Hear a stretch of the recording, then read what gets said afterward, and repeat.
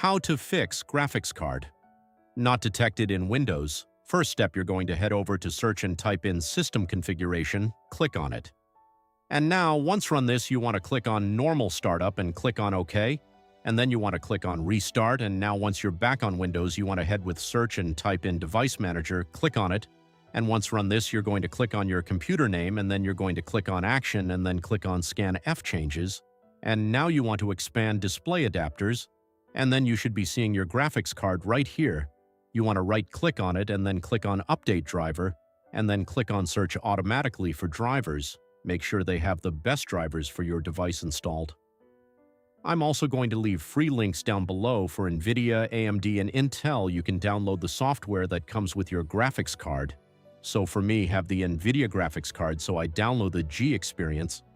Now, once you download your software, you want to go on it, and then you want to click on the Drivers tab, and then you want to click on Check for Updates. Make sure that you have the best drivers for device installed. And then once you do all of that, you just want to restart your computer, and then the PR should be fixed. If this video helped you out, please like and subscribe for more tips.